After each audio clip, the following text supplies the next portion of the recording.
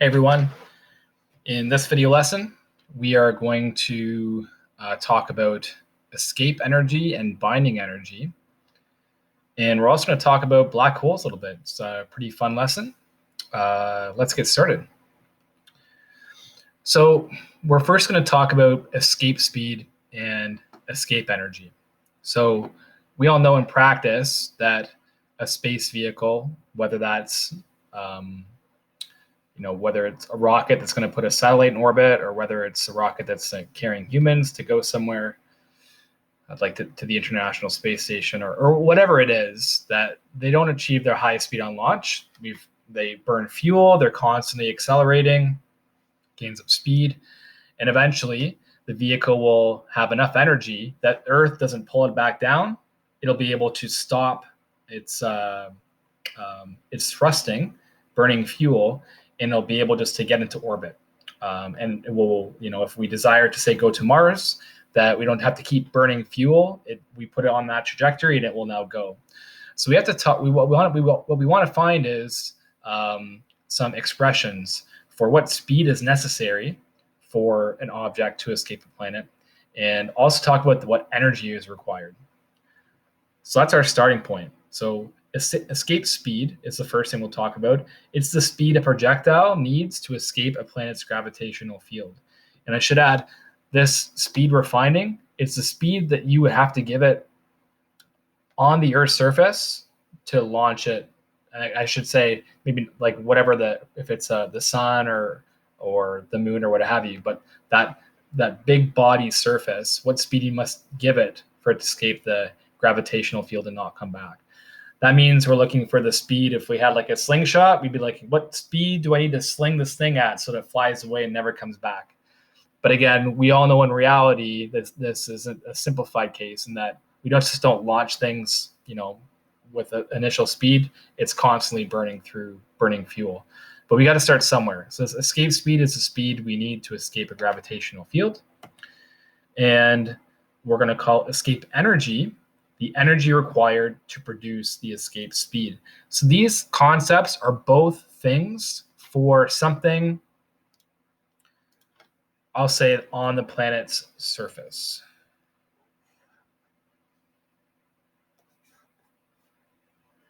So things already at rest,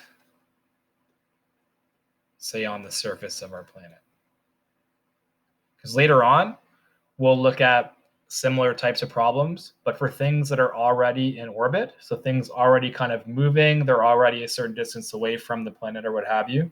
So this specifically is for at rest on the surface. So let's do a little derivation. So imagine a rocket on the Earth's surface. And our goal of our rocket is to, ultimately, we want it to escape the Earth's gravitational field and not come back. So what normally happens with a projectile, right, is we launch something with some speed, and it goes up in the air, and it comes back, right? And if we give it even more speed, it's going to go even higher and then come back. And if you think about what's true at that turning point where it comes back, EK equals 0. So what we do is, and again, maybe I'll add this too, when we launch a projectile vertically, it's constantly slowing down and slowing down and slowing down and slowing down. So we got a big speed, littler speed. It is slowing down until its speed is 0 until it comes back. What we want is we want that turning point where it slows down and it reaches a speed of 0 to come back to be really, really, really far away. And for all intents and purposes, we'll consider a distance of an infinity away. So here's how we set up this definition, this derivation for escape speed. We're going to start with kinetic energy. So EK1 plus EG1 equals EK2 plus EG2. And so this is on the surface. And this is far away. So on the surface, what we're desiring to give it some kinetic energy. So 1/2 V, and I'm going to call this ESC. So we're asking what speed do we need to give it, so the escape speed. If you recall our definition of our new definition for gravitational potential energy was G, big M, little m over R, and negative. And here is the, I should clarify, because we're on the surface, R here is the radius of Earth, or whatever, in this case, we're on Earth. It would be the radius of whatever planet we're on. And now to the right side. So at that point, far away, where it just turns around, we want that point, so first of all, at that point, the kinetic energy is 0. So that's gone. But think also, too, we want that point to be infinitely far away. So we always want this rocket to be slowing down and slowing down and slowing down. But we want that point where its speed is 0 to be so far away. And what do you guys remember about gravitational potential energy when R is really big? It's also 0. So you might have to pause the video, rewatch that, digest it, or maybe open up the Nelson text and just kind of read what they have to say. Again, for me, this concept took me a little bit to kind of digest, and it was truly when I started teaching this idea that I finally just got it. But it might take some time for you to get it, and that's okay. But we can now solve for the escape speed. And what's interesting is that the escape speed, it doesn't matter on what you're trying to escape. So if I wanted to fling a baseball out of the Earth's gravitational field, I need to give it the same speed that I would give a bowling ball or a spaceship. Solving for the escape speed is not that hard. We're going to bring gm over r to the right and multiply by 2. So we get 2 gm over r. And because that gives us escape speed squared, we are going to want to square root. And just a reminder, in this formula, r is the radius of, I'll just say planet, but it is possible to do these problems from the surface of a sun or something, as long as we are at rest first. And m is the mass of our planet we are trying to escape. So that's pretty neat, a nice tidy little formula. We're also going to, on this slide, get a formula for the escape energy. So what energy is required to get the speed? Well, that's actually a little bit of an easier derivation. So the escape energy, call it like that,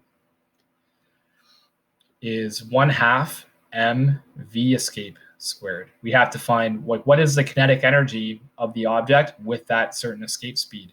So it's 1/2 mv escape squared, and we have an expression for v escape. And when we square it, we just get 2gm over r. And so we have this canceling, a half and 2, and we get gm little m over r, which is kind of cool, is that the escape energy, so the extra energy you need to provide to, or the energy you need to provide to escape the Earth's gravitational field or a planet's gravitational field, is actually equal to the opposite of the gravitational potential energy. So notice the gravitational potential energy, negative gmm over r. If you match that energy and it goes into the kinetic energy of your projectile, it will escape. So that's pretty cool that that relationship happens.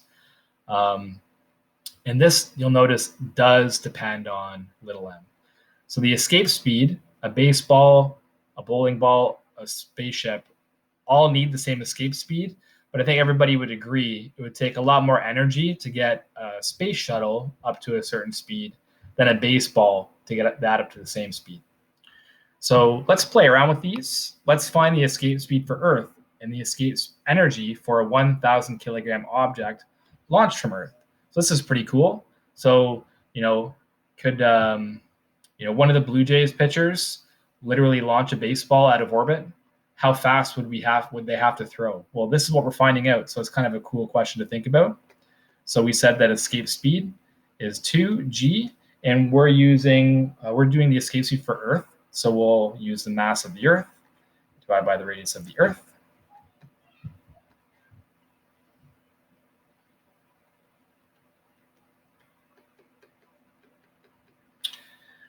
Mass of the Earth, 5.98 times 10 to the 24.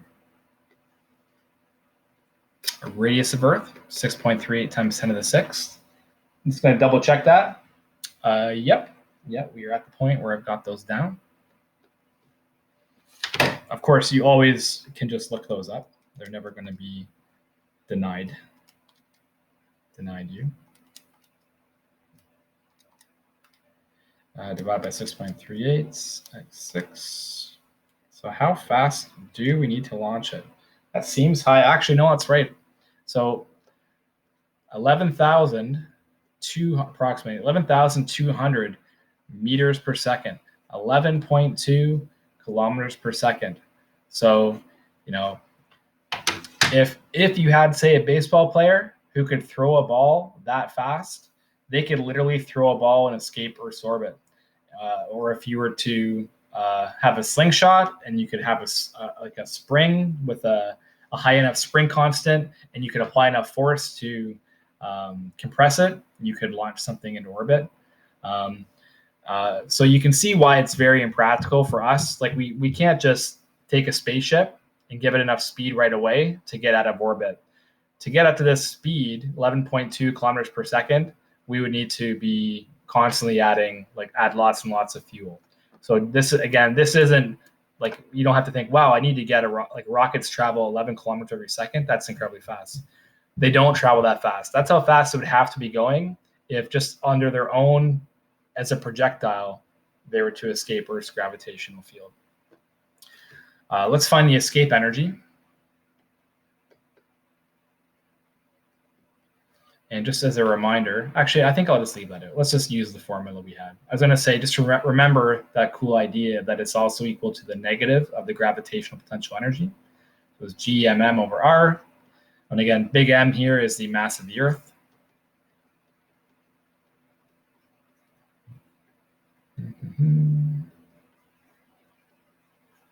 Little m, so it's 1,000 kilogram, maybe a satellite or something, over 6.38 times 10 to the 6. Now, this might be a more useful calculation, because obviously none of us can throw that fast or create some kind of slingshot that produces that kind of speed. But this calculation gives you an idea of how much energy you need. So maybe, if you knew a certain amount of fuel gave you a certain amount of energy, you as like a NASA engineer could predict, what kind of fuel do I need to have on board to make sure that my space shuttle or whatever goes from point A to point B like I want. And I got, yep, same thing as before. I got about 6.3 times 10 to the 10 joules of energy, lots of joules. All right, so that's just an interesting problem. If we just sit here and reflect, that is a tremendous amount of energy, right? That's going to take a lot of fuel. But that's a fun example, just messing around with that.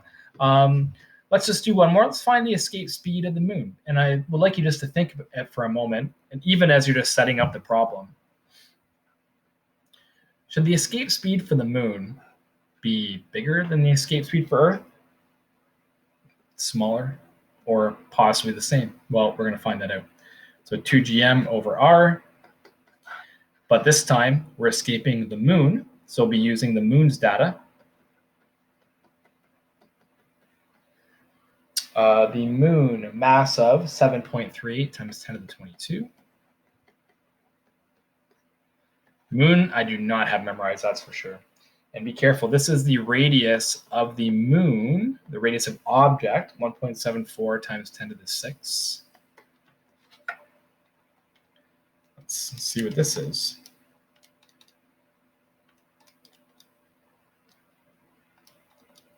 Equals, don't forget to square root. All right, so still pretty high, yeah. I mean, I got about 2,400 meters per second. So definitely a lot less than the Earth, which makes sense. If the moon's gravitational field on its surface is a lot less than Earth, it should be easier to escape. So the escape speed should be less, but it's still significant. Yeah, you're not just going to be, Astronauts have no fear of just jumping and escaping the moon's gravitational field just by jumping. Now, the escape speed is still 2.4 kilometers per second. So that's a pretty interesting question.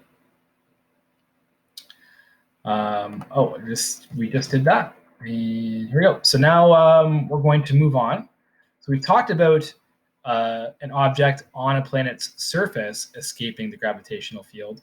But often what the case is, like if we want to send a satellite far off into the solar system, what we want to do is often we put it into orbit around Earth first. So we give it already a lot of energy. So it's already moving around Earth at a very fast speed.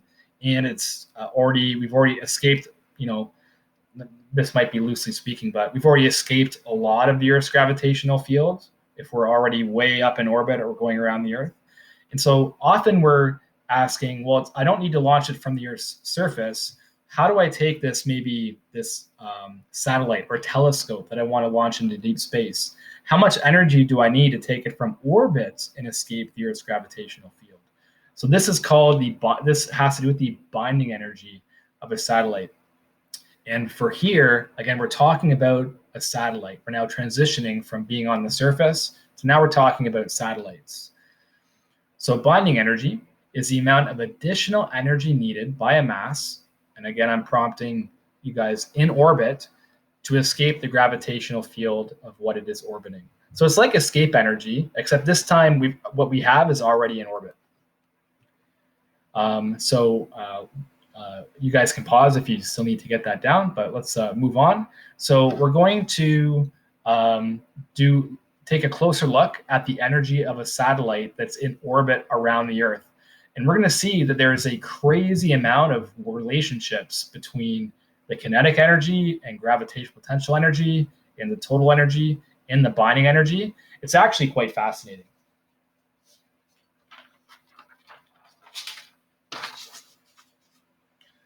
So let's get started. And we're going to actually reach back to our UCM and gravitation unit. And if you recall there, when we were looking at satellites in circular orbit, we derived that the speed of a satellite in orbit is equal to the root of g times the mass of what it's orbiting divided by r. And remember here, this r is not the radius of the object it's orbiting. That's the center-to-center separation between the satellite and the whatever body it's orbiting. And we can plug that in to find the kinetic energy of a satellite that's moving in circular orbit. So that's 1/2 times m times speed of satellite squared. So we get 1/2 times m, and we just get g m over r. And what we get is 1/2. I'm going to leave the 1/2 out front. G m m over r. This g m m over r keeps on popping up. Does that look familiar?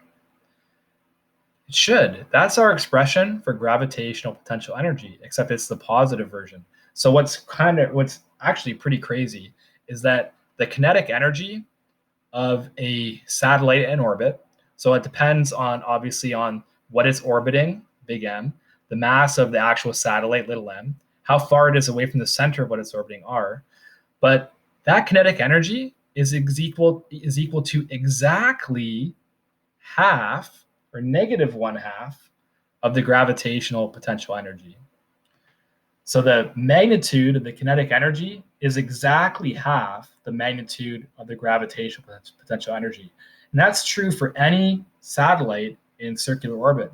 So it's just really awesome that works out. It's kind of mind-blowing that it's exactly half. Of course, kinetic energy is always positive and gravitational is always negative. But for the magnitudes, yeah, that kinetic energy is exactly half for any satellite. So that is super cool. So now let's talk about the total energy of a satellite. So this is the total energy. Because that satellite, it has some kinetic energy.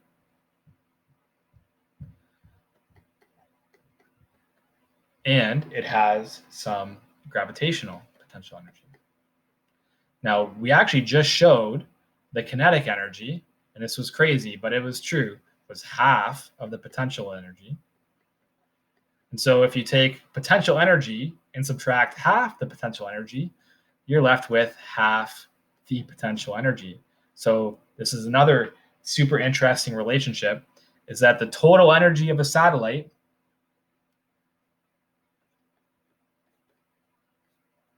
well, there's actually two pretty interesting things about that. Total energy of a satellite, well, one, since EG is negative, the total energy is negative.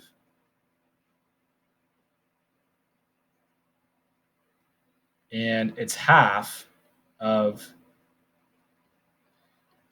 EG. Like, it's all connected.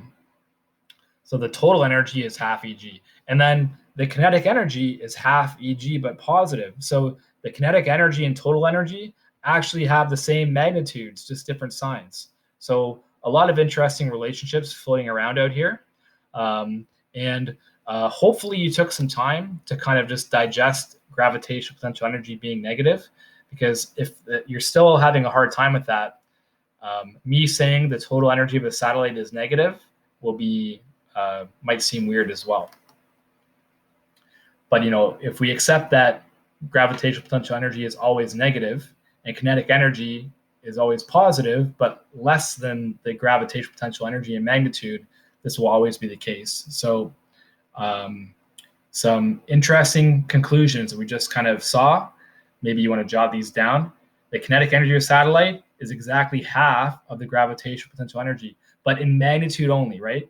Kinetic energy is positive, and GPE is negative. So it was clear to toss in that that's true, but the magnitude. The total energy is half of the gravitational potential energy. So, EK is negative 1/2 EG. We talked about that. And then total energy is a half EG. And this brings us to binding energy. Did I define binding energy? Yes, I did. So now we're coming back to binding energy. The binding energy is the amount of additional energy we needed by a mass to escape the gravitational field of what it's orbiting. Now, I'm going to bring you back to our very first discussion on deriving escape speed. Remember, we said to escape the gravitational field of a planet, we wanted our object to go far, far, far away and to be slowing down and just reach that turning point far away. What's the total energy at that point? It's 0. So if we are looking for the binding energy, the additional energy that we need to bring the total energy up to 0 is that equal to half of the gravitational potential energy. So I'll just call that E binding. And we should add for this one also in magnitude. So E binding, you can jot this down, equals negative ET equals negative 1/2 EG. So why is this true? Well, if I had a satellite, and let's say its total energy was -2 × 10⁻10 joules. Well, how much energy do I need to provide to make it have a speed of 0 infinitely far away, i.e. to make that total energy 0? Well, I have to match it perfectly. The binding energy would have to be 2 × 10⁻10 joules. And again, this is something I had to wrap my mind around. It took me a while, so it's okay if you need to spend some time, watch a video, read the Nelson text, and just dwell on this for a bit. Totally understandable. In my attempt to hopefully just convince you some more and just illustrate these relationships. So here's a visual. And this graph here, the red graph, shows the graph of gravitational potential energy in terms of R. And this is just for a satellite and Earth. So the gravitational potential energy is always negative G big M little m over R. And whatever that gravitational potential energy is. It's always negative. And look, the kinetic energy is always half. The total energy is always half as well. So hopefully that just kind of helps along as well. But so yeah, wherever you are in that curve, it doesn't matter what r is. It doesn't have to be between 1 or 2 Earth radii. This relationship holds. The EK is always half of EG in size. ET is always half of EG with the same sign, both negative. Okay, so I think one last thing I'll just reinforce here, since you have this diagram. One last time. Kinetic energy, always positive. EG, always negative. Those are two things we knew coming into this lesson. Finally, total energy of a satellite is negative because the kinetic energy being positive is not big enough to overcome the negative EG. The total energy is always negative. So keep that in mind between the three things. And then maybe even I'll write in this binding energy. Binding energy is positive. So that was a lot of theory. Let's actually just do some calculations to get us feeling better about this. All right, so we have a satellite, 3,200 kilograms in orbit, 500 kilometers above the Earth's surface. So let's find this out. So the key to the problem is find EG, right? Because everything else is in terms of EG. So EG we know is minus G, big M, little m over R. So negative 6.67 times 10 to the negative 11. We are above Earth. Earth mass, 5, I caught myself, 5.98 times 10 to the 24. Our satellite's mass, 3,200 kilograms. And the radius is, so we got to be careful. This is the altitude, right? So we have to take the radius of Earth, 6.38 times 10 to the 6, and add that altitude. So that's 500 kilometers. So that's 500,000 meters. And this will give us the gravitational potential energy. So this really is not much different than some examples we've done previous.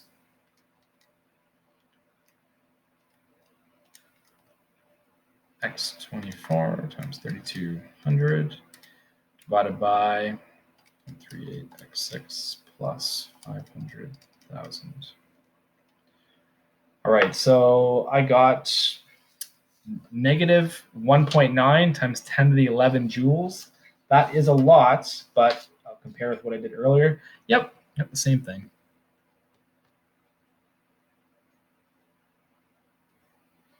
So EG, always negative, and we found negative 1.9 times 10 to the 11 joules. The kinetic energy is always half of that, but positive. So half of that.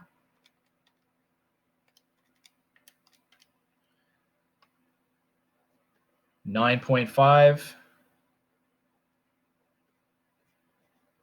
times 10 to the 10 joules. And the total energy is exactly half EG, but also negative. Negative 9.5 times 10 to the 10 joules. So hopefully that kind of helped you make some connections. So if you have to find all these things, find EG first, remember, because all these other things kind of come out of that. Remember the signs, though. For B, let's shift gears. How much work would have been required to put this satellite into orbit from the Earth's surface? So remember, work is a change in energy, right? So on the Earth's surface, we had some initial energy. And then now that it's a satellite, it has some new total energy. And this may be the first problem that you've done where we have, not only do we have a change in kinetic energy, because the thing on the Earth's surface is not moving and the satellite is moving. But we've also increased the gravitational potential energy as well. So here, the work is the change in total energy. So we have to consider the kinetic and the gravitational potential energy.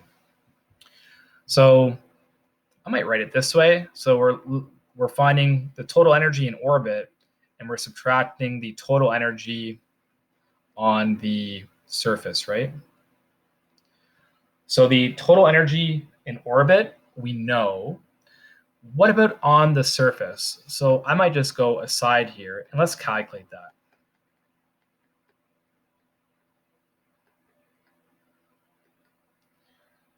So on the surface, our satellite is just sitting there, and all the energy is just gravitational potential energy. So it's all just gravitational potential energy at the surface, and that's just negative G big M little m over R.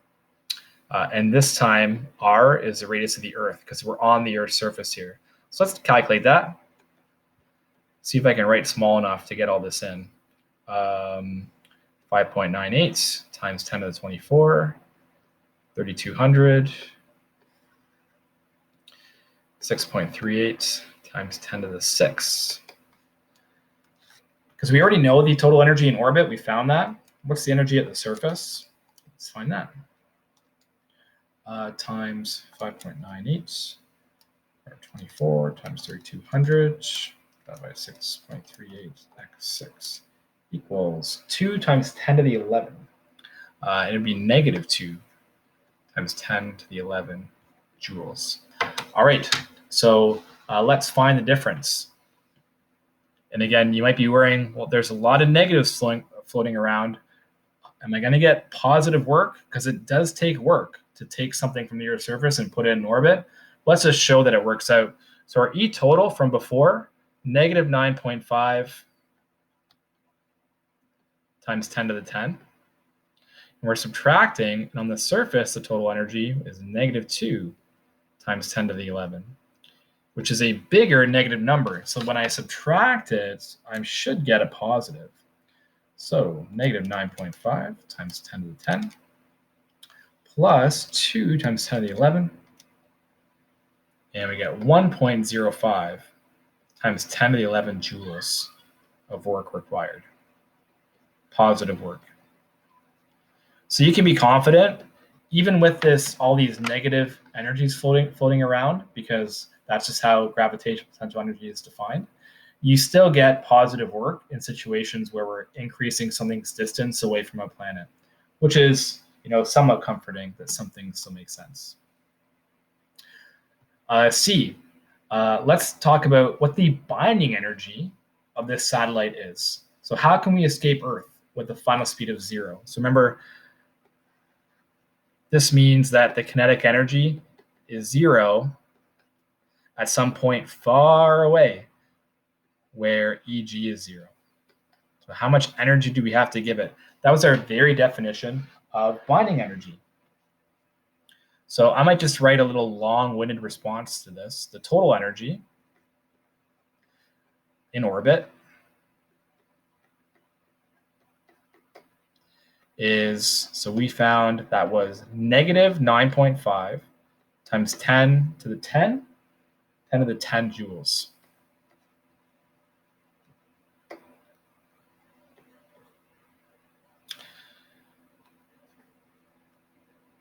I should have also said EK is 0 at R equals infinity, where EG equals 0. So to get the total energy to be 0, and again, that's what happens, right? EK is 0, far away where EG is 0, the total energy is 0. Well, what do I have to add to make negative 9.5 times 10 to the 10 equal to 0? I just have to add 9.5 times 10 to the 10. We must provide positive 9.5 times 10 to the 10 joules. And this is the binding energy.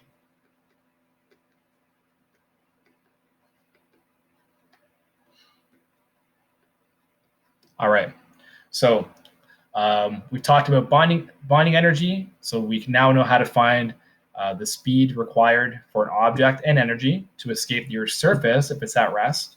But now we know how to find the energy required for something in orbit, how much energy is required to get it to escape Earth's gravitational field. We call that the binding energy.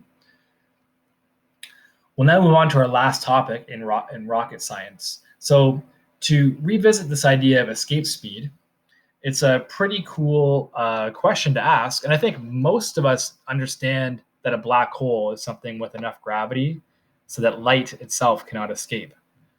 Well, we know what the speed of light is.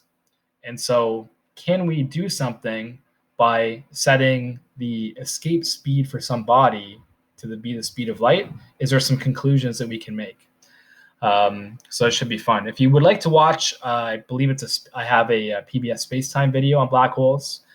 This is not mandatory viewing, but you may find it interesting because there is actually, I think it might be a crash course astronomy thing on black holes, but regardless, it's only maybe 8 to 10 minutes, and it's very interesting because a lot of cool stuff happens with black holes. Time slows down very close to them. And as you get close, you become spaghettified. And watch the video if you want to see and imagine what that means. But just as a motivation question, can you find what the escape speed would be for just a series of more massive and dense objects? So let's find the escape speed for our sun, and then a white dwarf that has the same mass of our sun, but is more compact into the size of our Earth. And then a neutron star, which has a radius of only 16 kilometers. So it's extremely small, but it's even more massive than our sun. So if you'd like to pause the video and do those, and then just check your answers at the end, like that's totally fine. Or if you'd like to follow along now, that's totally fine too.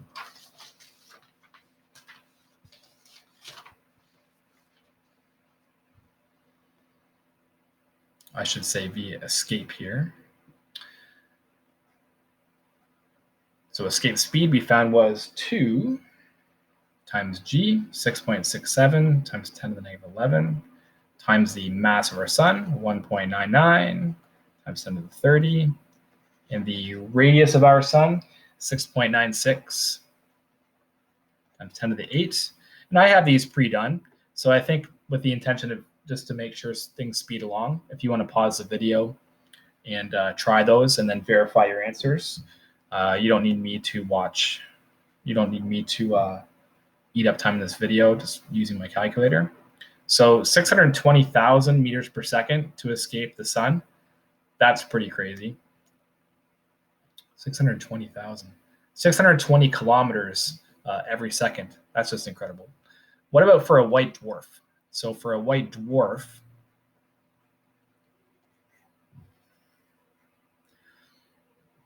we have 2 times g times the mass of our sun divided by the radius of our Earth. So if you look up those values, you get 6.5 times 10 to the 6 meters per second. So that's 6.5 million meters per second. So that's pretty crazy. And now a neutron star, so even more massive, even more dense. So for a neutron star, we have 2 times g, 1.6 times the mass of our sun, and a radius of only 16 kilometers, so 16,000 meters. Give that a try. So 1.6 times 10 to the 8 meters per second. And that's a half speed of light, basically. That's pretty cool. So, most things are not escaping the gravitational field of a neutron star. But those are just to get us motivated. So it brings us to the question of, well, what would the radius have to be?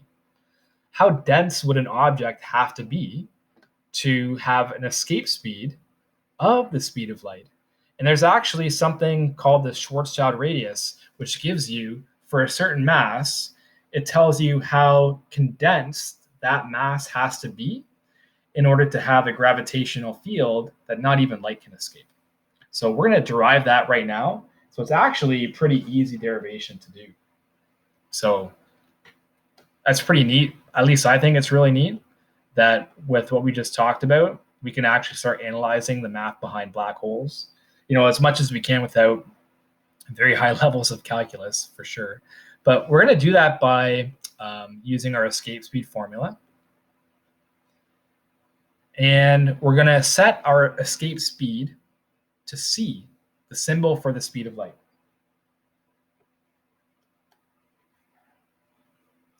And we're going to solve for r.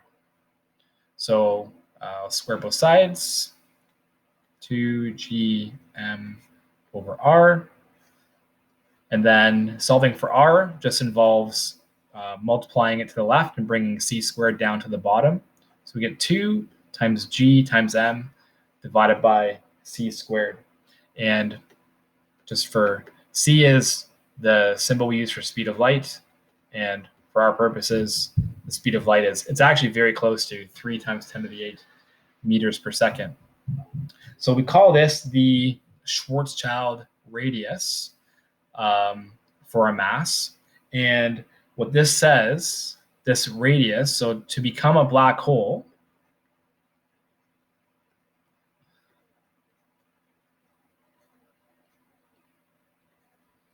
a mass m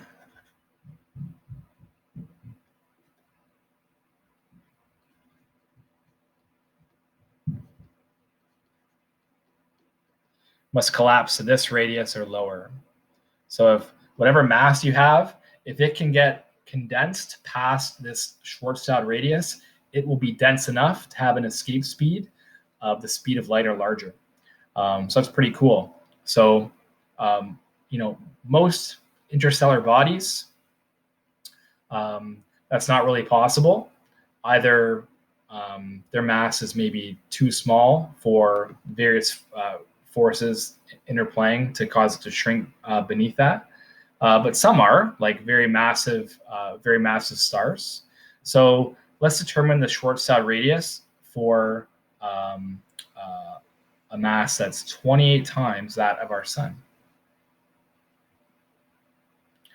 So here we go. We're just going to use our new derived formula. So R equals 2gm over c squared.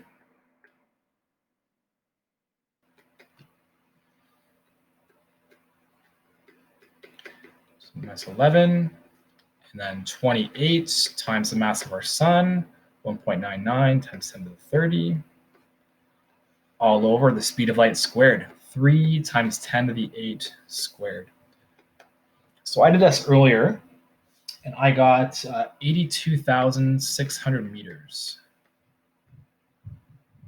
So 82.6 kilometers. So that's pretty crazy. For a huge star like that to become a black hole, it has to collapse in on itself until its radius is only that big. And it actually keeps on collapsing. But what you have is this Schwarzschild radius is what we refer to as the event horizon. So that's where, at that point, light inside can't come out, and we never see it anymore. And light outside would just continue to spiral around and not escape. So pretty interesting. I could talk a lot more about black holes, but I think this video would become very long. So I definitely enjoyed that lesson. It's one of my favorites to do. I definitely encourage you guys to check out the other videos I've posted. They're not mandatory viewing, but hopefully they'd help further your understanding, and hopefully you just find them interesting. What are we doing next? So we'll consider our discussion on gravitational forces, fields, potential energy to be complete. And next we're going to look at electric forces and fields and electric potential energy. And we're going to see that there is a lot in common with gravity. We'll also do a little bit more with electric fields as well, but a lot of our next day will be spent, comparing the two and doing some problems with electricity. So it should be fun. Until then, hope you guys stay well. Have a great day, and we'll see you soon.